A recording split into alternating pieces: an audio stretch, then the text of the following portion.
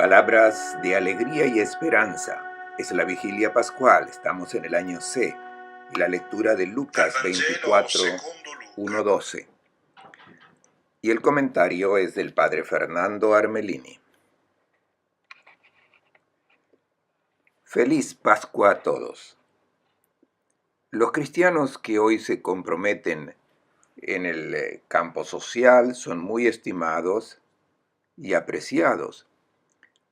Sabemos que existen muchas situaciones de necesidad y de ayuda, y allí encontramos a cristianos movidos por la propuesta que Jesús ha hecho en el Evangelio.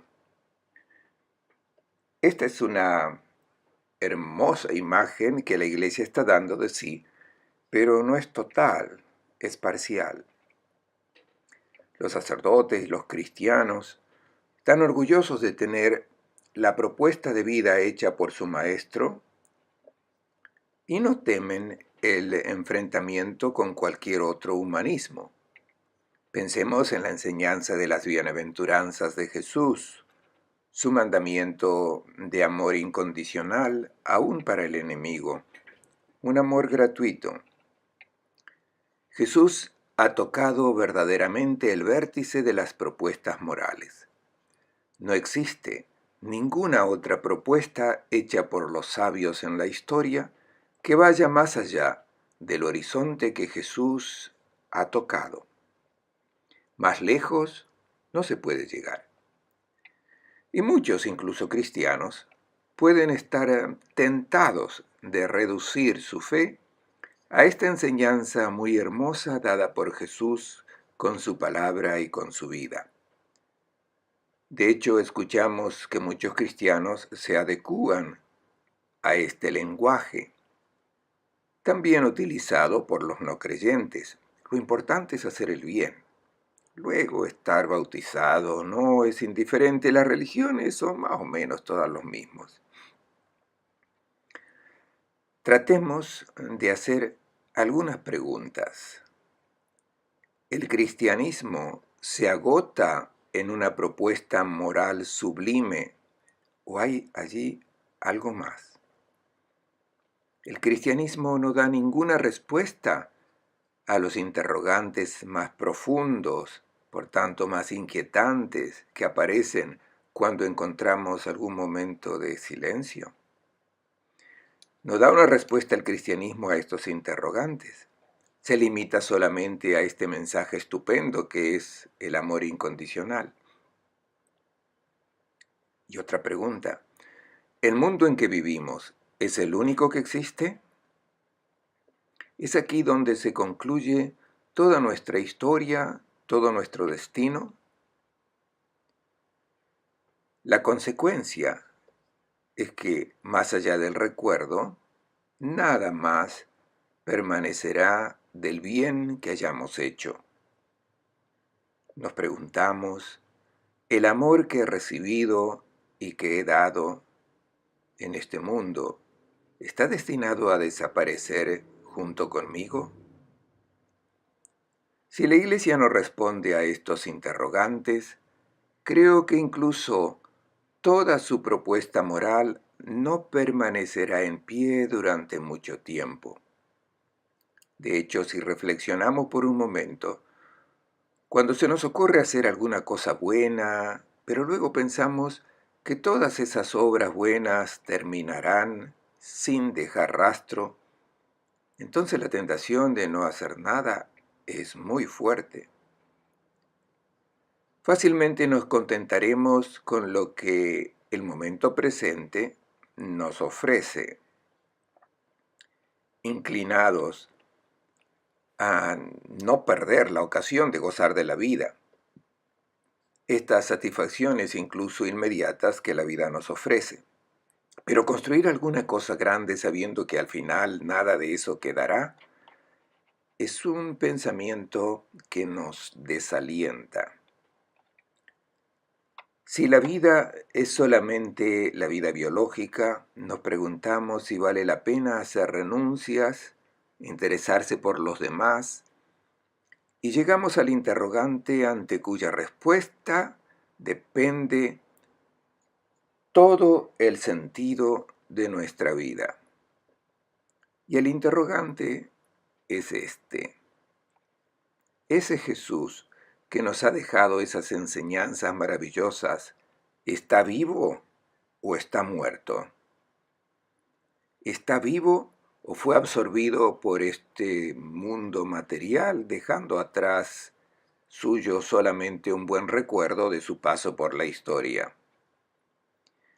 Porque solamente si Jesús está vivo, la vida entregada no está perdida, sino que tiene un valor eterno. Y si Jesús está vivo, toda nuestra vida, Él tiene razón y su propuesta de vida tiene sentido. Y la alegría, el dolor, la juventud, la vejez, incluso la muerte, adquieren una visión completamente distinta, una perspectiva diferente, otro significado. Al menos durante la Pascua, el rostro de los cristianos que participan en la liturgia de la Noche Santa debe brillar la gloria de quien ha recibido la respuesta a este interrogante. Jesús vive. La muerte ha sido vencida y no nos da miedo porque el momento de la muerte es el momento de nuestro segundo nacimiento, el definitivo. Escuchemos cómo nos llega hoy este anuncio de la Pascua. El primer día de la semana, de madrugada, fueron al sepulcro llevando los perfumes preparados.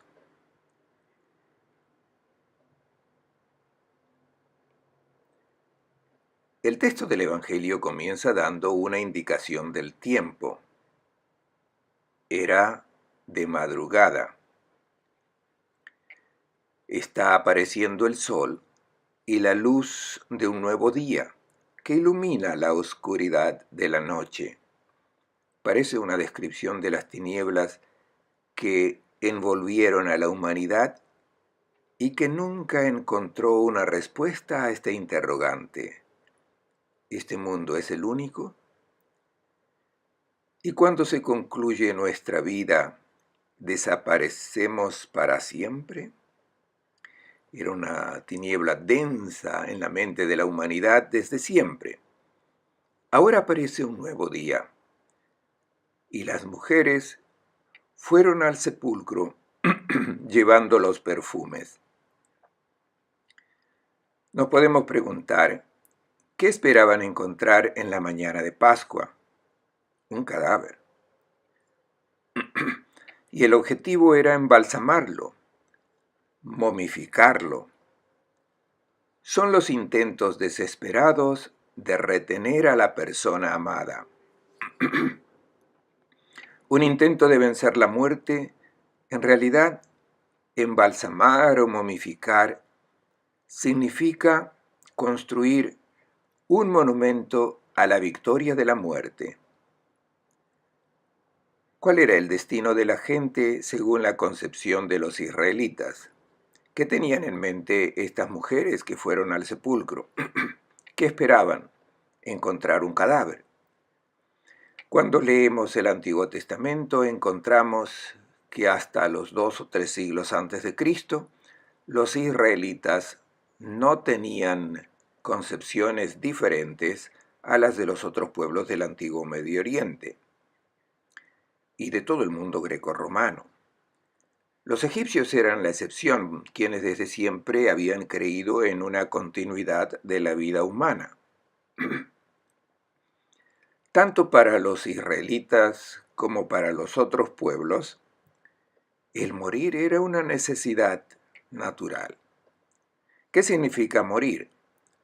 Significa acabar en el mundo de los muertos, que era llamado de maneras diferentes. Los hebreos lo llamaban Sheol, que probablemente viene del verbo shal, llamar, y da la idea del sepulcro, esa gruta cavada en la roca, donde luego colocaban el cadáver. Cuando se observa, parece que tiene una boca que llama y que espera a todos. El destino de la humanidad es entrar en esa gruta.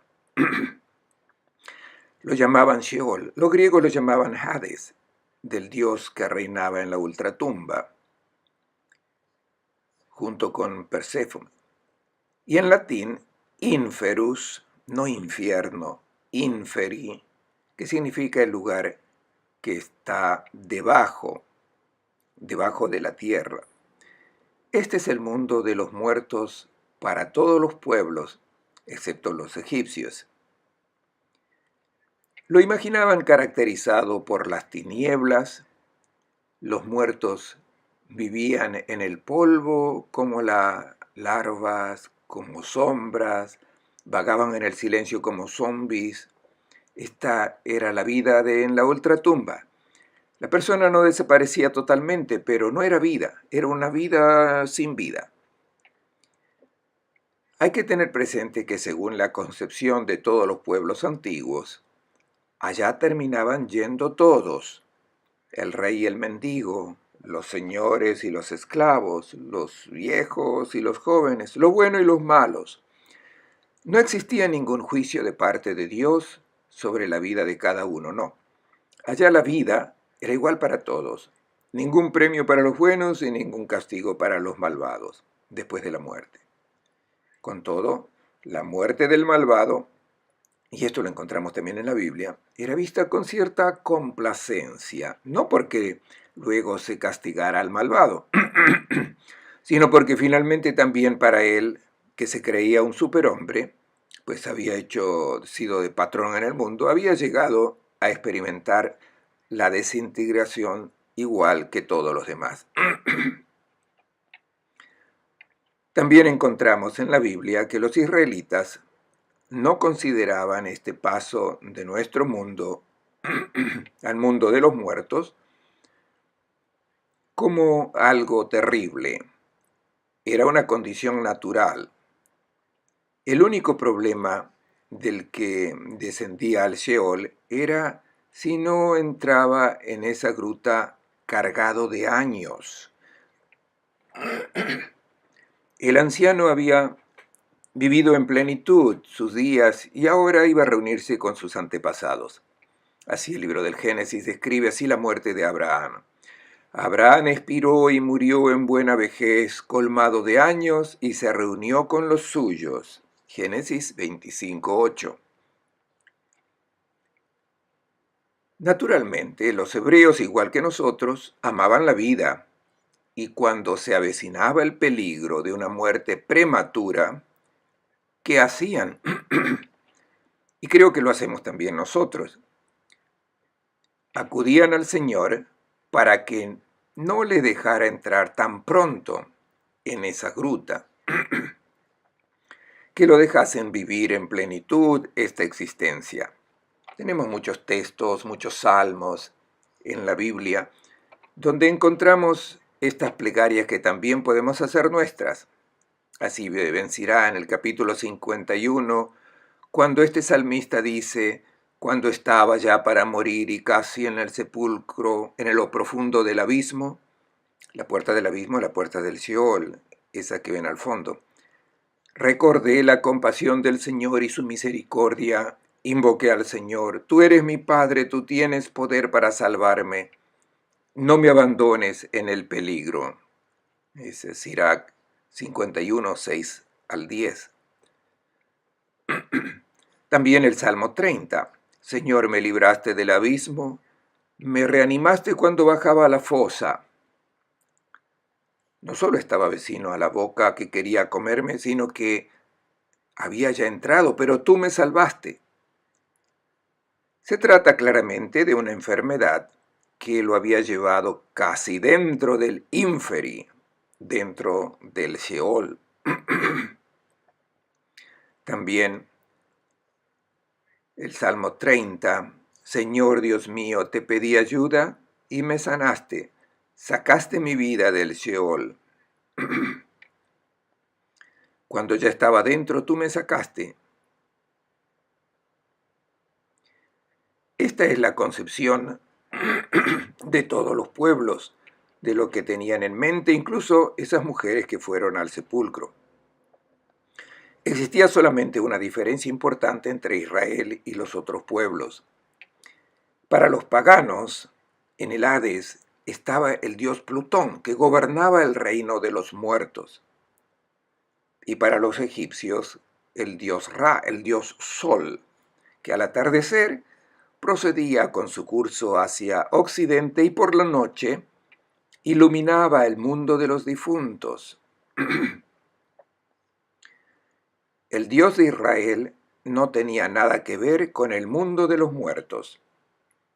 El Dios de Israel es el Dios de la vida y no ponía pie en el reino de las sombras. Allí no existía ningún Dios. Entonces comprendemos la oración de muchos salmos, cuando la persona enferma dice al Señor: no me dejes entrar en el Sheol, porque después no podré alabarte. No recibirás más mis alabanzas, porque tú no tienes nada que ver con este reino de la muerte. El hombre no se ha resignado nunca a este destino, a una vida de larva, y en los últimos siglos antes de Cristo comenzaron a desarrollar la idea. Sabemos que desde hacía algunos siglos los griegos habían comenzado a hablar de la inmortalidad del alma, la distinción entre lo material que permanece aquí y el alma que continúa viviendo. Esta idea no tuvo aceptación entre los hebreos, y entre ellos se estaba difundiendo otra concepción, no en realidad entre todos los hebreos, sino solo en una minoría, entre los fariseos. Era la idea de la resurrección. Pero ¿cómo entendían esta resurrección? Como un retorno a esta vida. Luego había opiniones distintas, algunos sostenían que solamente los justos resucitarían y no los malvados, pero siempre entendida como un retorno a esta vida. Recordemos lo que Marta responde a Jesús. Dice: sé que mi hermano Lázaro resucitará en el último día, porque era un justo. Pero esta resurrección no convencía mucho a la gente. No tenía sentido que después de millones de años se retorne a esta vida. Estemos atentos, porque algunos cristianos afirman esta concepción que era la de los fariseos. Un día nuestro hermano resurgirá, regresará con el cuerpo que hemos dejado en el sepulcro. Pero enseguida surgieron muchos interrogantes. El Señor me quita el puerto para dármelo de nuevo otra vez. No tiene mucho sentido. Y por supuesto, este no es el mensaje de la Pascua. No se trata de la resurrección en la que creían los fariseos. Escuchemos qué clase de revelación tiene lugar en la Pascua. Encontraron corrida la piedra del sepulcro. Entraron, pero no encontraron el cadáver del Señor Jesús. Estaban desconcertadas por el hecho. Cuando se les presentaron dos hombres con vestidos brillantes. Cuando las mujeres llegan al sepulcro, encuentran la piedra fuera de la entrada. Esa piedra separaba el mundo de los vivos del mundo de los muertos, y alguien la había movido. No se debía separar el mundo de los vivos del mundo de los muertos, y el hecho que la piedra fuera movida es una invitación para las mujeres para entrar y mirar dentro. La víctima de la muerte ya no está más. Ha desaparecido. Y de hecho, cuando las mujeres entran, no encuentran el cuerpo del Señor Jesús. Este es el enigma Notemos, la ausencia del cuerpo no es una prueba de la resurrección. Se comprende la sorpresa de las mujeres. No tiene explicaciones, y así el texto dice, estaban desconcertadas, o sea, no comprendían nada. Se encontraron literalmente sin camino de salida. Y es en este punto que aparece la respuesta de Dios presentada de diferente manera por los cuatro evangelistas. Así, Marcos dice que las mujeres vieron un joven. Tiene un significado hermoso. Esperaban una vida no vida, anciana. No, aparece un joven. Y el evangelista Juan dice que la Magdalena vio dos ángeles. Mateo describe una escena terrorífica a la que asistieron estas mujeres. Un gran terremoto, un ángel del Señor desciende del cielo, hace rodar la piedra y se sienta arriba. Se trata de la victoria sobre la muerte. Hace rodar la piedra y se sienta como un vencedor. Estas discordancias son preciosas porque demuestran que los evangelistas no describen una crónica de algo sucedido materialmente, algo verificable, sino que narran una revelación del cielo a las mujeres. Estas mujeres han hecho una experiencia viva, pero ¿cómo presentar con un lenguaje humano esta experiencia interior de una luz que las mujeres han recibido del cielo, que Jesús vive? Los evangelistas tenían a su disposición solamente las imágenes bíblicas: terremoto, luces, color blanco, el ángel, el fulgor, dos hombres, los guardias. Dios ha enviado su luz para iluminar en la mente y en el corazón de estas mujeres el misterio de la muerte. El lenguaje literario empleado por varios de los evangelistas es diverso, pero el mensaje es el mismo. Y para comprender este mensaje, este lenguaje diverso con que los cuatro evangelistas presentaron su mensaje, hay que tener presente una importante observación, porque aún existe hoy un equívoco que muchos cristianos tienen en mente. Piensan que Jesús ha salido del sepulcro y ha regresado a este mundo con su cuerpo físico material y por tanto verificable por los sentidos. La resurrección de Jesús no es un evento verificable con los sentidos porque no es un regreso a la vida de este mundo. De esa boca del Sheol no se vuelve atrás. Ni siquiera Jesús ha regresado por ahí. De hecho, esa escena de Jesús que sale victorioso del sepulcro, abre el sepulcro y sale con el estandarte de la cruz, esta escena nació de la fantasía de los pintores. Ningún evangelista lo narra.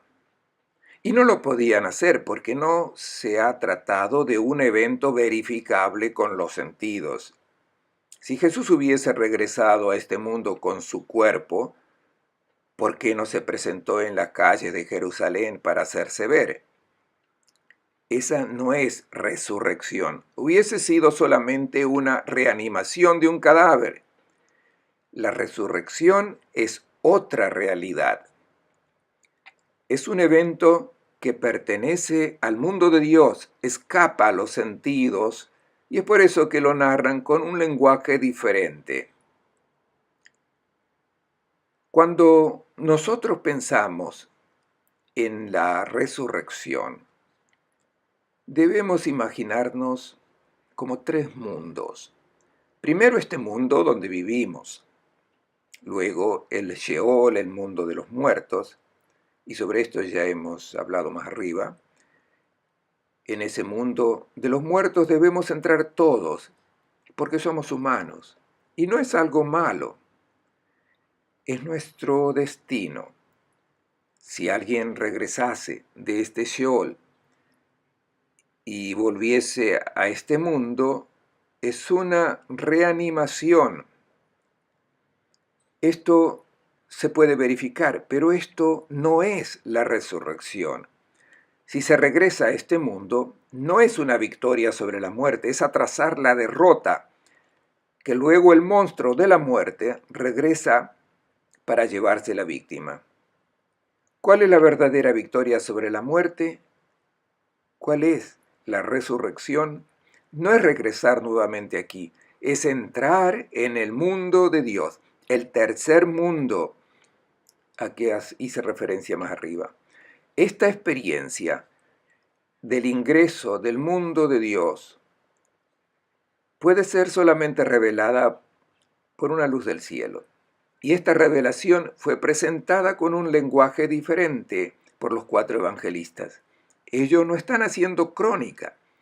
Habrían hecho crónica si Jesús hubiese regresado aquí. ¿Qué lenguaje emplea Lucas? Habla de 2 hombres con vestiduras refulgentes. Es una imagen bíblica. El número 2, 2 hombres, quiere decir que su testimonio es fiable, pues se necesitaban 2 hombres para que un testimonio fuese aceptado. Luego, vestiduras blancas. Y la vestidura blanca significa que aquellos que traen este mensaje vienen de Dios. Son la explicación dada por Dios para esta ausencia del cuerpo. Tratemos ahora de comprender el mensaje que se deriva de esta imagen del evangelista Lucas.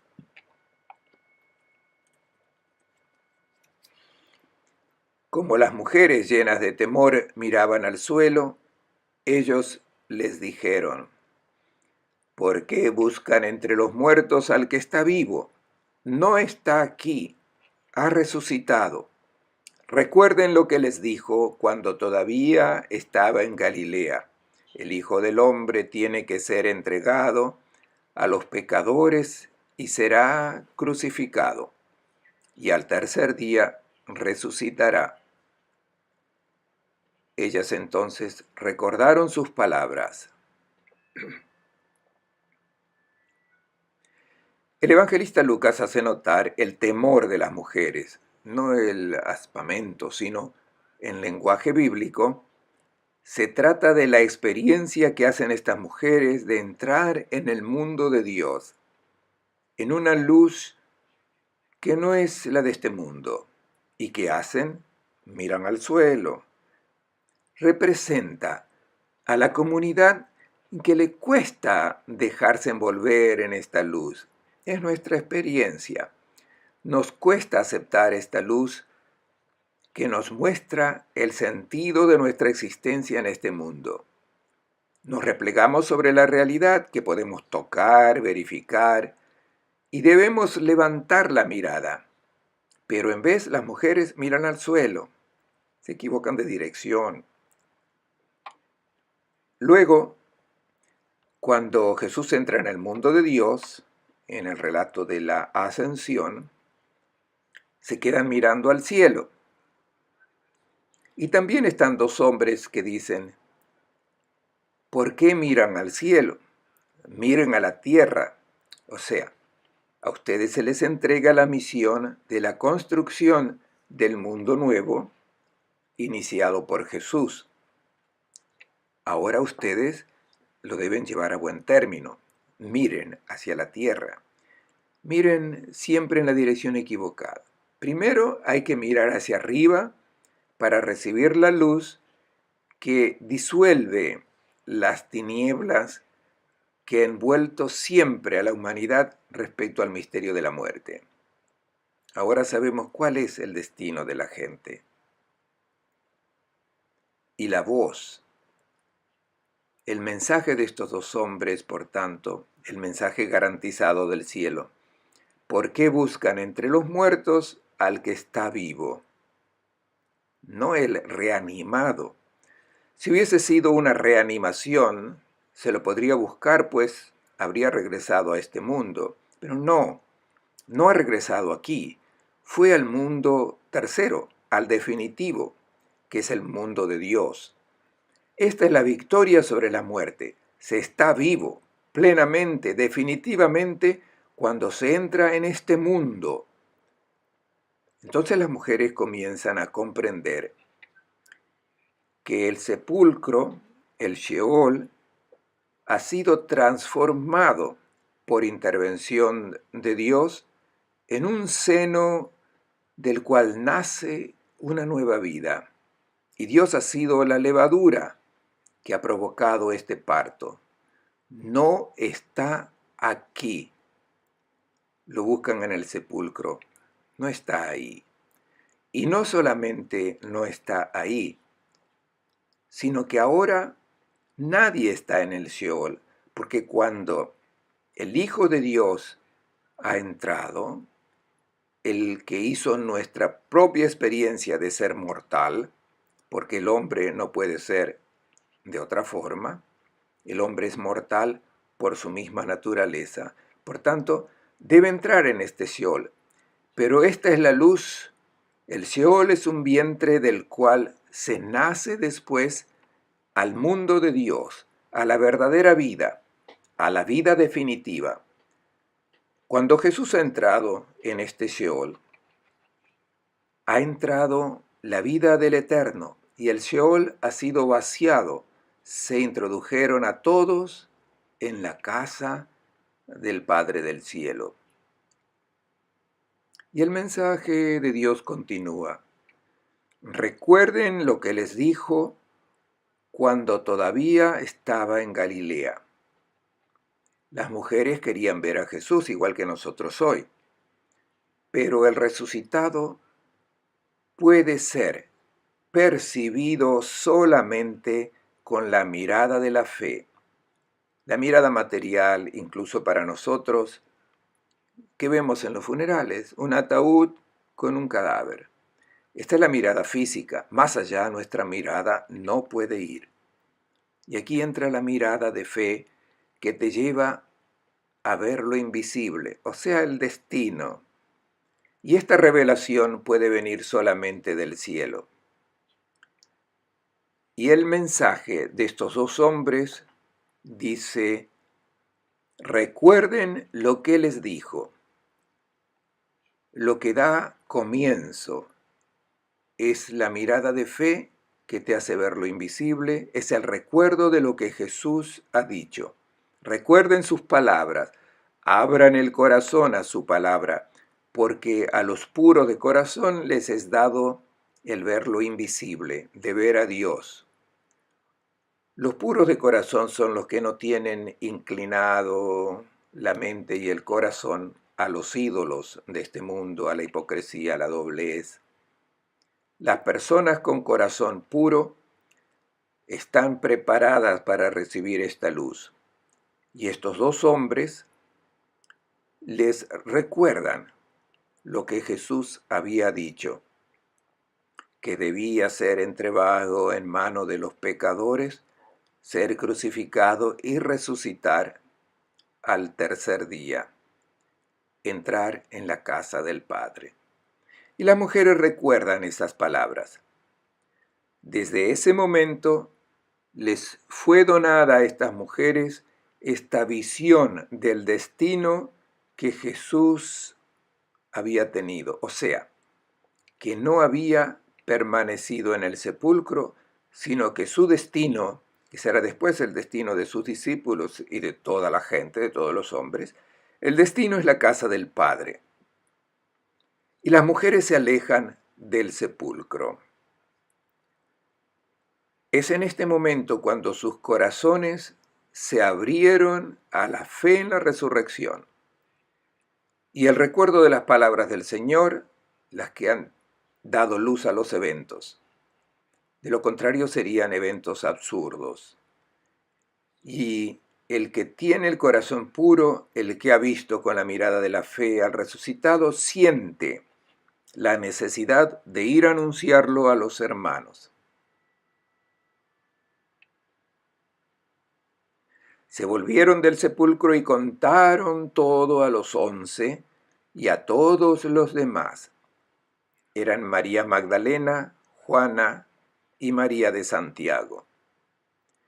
Ellas y las demás se lo contaron a los apóstoles, pero ellos tomaron el relato de las mujeres como una fantasía y no les creyeron. Pedro, en cambio, se levantó y fue corriendo al sepulcro. Se asomó y solo vio las sábanas. Así que volvió a casa extrañado por lo ocurrido. Las mujeres se alejan del sepulcro y corren para anunciar a los discípulos la experiencia que han tenido. Y se las nombra: María Magdalena, Juana y María de Santiago. Son las que ratifican este testimonio y fueron las primeras en hacer esta experiencia extraordinaria. ¿Cuál es la reacción de los discípulos? No les creen. Se emplea aquí una palabra, la palabra delirio. Pensaron que estas mujeres estaban delirando.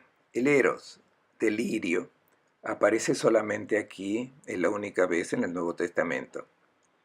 Da la idea de cómo parece absurdo lo que contaban las mujeres. Esto significa que el pensamiento de una resurrección no aparecía ni siquiera en el pensamiento de los discípulos. Estaban muy sorprendidos, no estaban preparados para esta noticia. Es un mensaje hermoso para nosotros. El cristiano que han hecho las mujeres y el que están haciendo los discípulos en el texto de Lucas es nuestro camino. Se parte del pensar que este discurso es una locura, es un delirio. La incredulidad es un paso obligado, porque de otra manera, si partimos de certezas, quiere decir que estamos confundiendo la resurrección con la reanimación, y entonces buscamos pruebas. No hay pruebas. Se trata de recordar las palabras del Señor y dejarse envolver por esta luz, abriendo nuestro corazón, que debe estar puro. Y Pedro parte, se levanta, corre al sepulcro.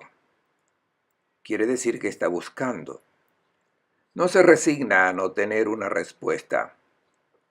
Y cuando llega al sepulcro, se agacha, ve solamente la sábana, ve las señales de la muerte y se retiró maravillándose. No cree, pero se retira, no niega. Comienza un camino de búsqueda de esta verdad. ¿Cuándo tendrá Pedro la luz plena? Exactamente como cuando haga lo que han hecho las mujeres, cuando abra su mente a la comprensión de la Escritura. Es el camino de fe que también debemos hacer nosotros. Pasa necesariamente por la duda, pero luego no se repliega sobre la realidad de este mundo. Continúa recibiendo y repitiendo, repensando las palabras del Maestro. Y esta luz le dice: Él habla la verdad, Él tiene razón. Y si nosotros recordamos la Escritura como los apóstoles, abriremos la mente a esta nueva luz que da sentido a toda nuestra vida. Les deseo a todos una buena Pascua.